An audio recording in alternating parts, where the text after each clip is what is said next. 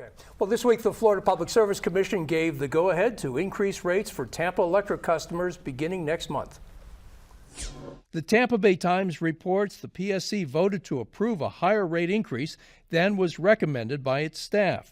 The vote will allow Tampa Electric to continue shifting millions in costs from large corporate power users onto the bills of regular Floridians and small businesses.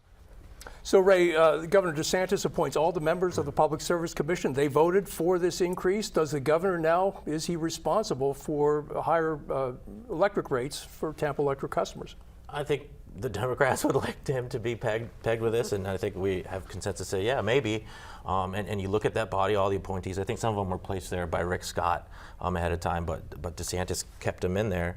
Who do they serve? You know, like, as you said, they went against their own board's recommendation. Staff, yeah. So who are they standing for? Is it on DeSantis?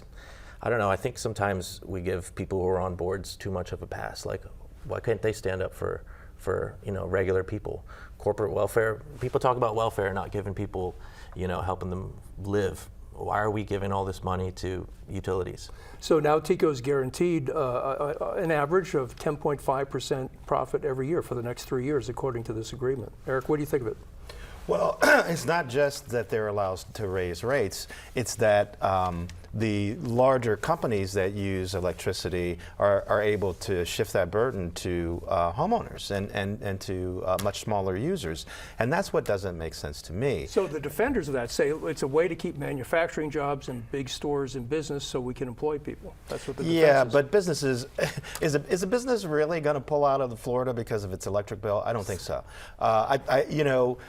There's a lot of people sling around a lot of rhetoric about things like this, but what ultimately happens, we just talked about how high rent is. Mm-hmm. Now electricity's going up too. So who's going to work at these businesses with these jobs if they can't afford rent and their electric bill is going up? At some point, the populist governor has to stand up for the population, right? And this is not new, right? Like, the PSC has been approving these types of rate increases for as long as I can remember. I mean, if you think back to Duke Energy with their advanced cost recovery issues 10 plus years with the ago. nuclear power. Exactly, Yeah. like that was quite the debacle. So this is not a new thing. And when we're in a state that is having an affordable housing crisis, a legitimate affordable housing crisis, and we're talking about shifting cost burdens to homeowners and renters and things like that, as opposed to big box retailers because we need jobs, our unemployment in the state is it's been at historic lows. So we're not in a job crisis,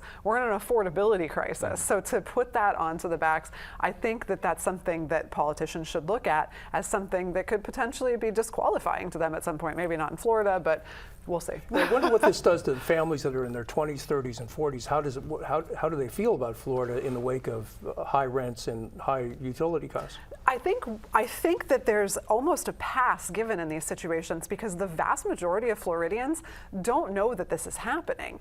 Not everybody is reading the news every single day. Not everybody is in the business of learning about these things the way that everybody at this table is. So a lot of these people will get a rate increase on their bill and they'll just assume, oh, I must have used more power, or just pay it, or figure out how to get help paying it or whatever. Can I just say one thing? These are investor-owned utilities that people say the PSC rubber stamps whatever they want. Clearwater right now is investigating getting out of when their contract ends with Duke Energy of going local, basically.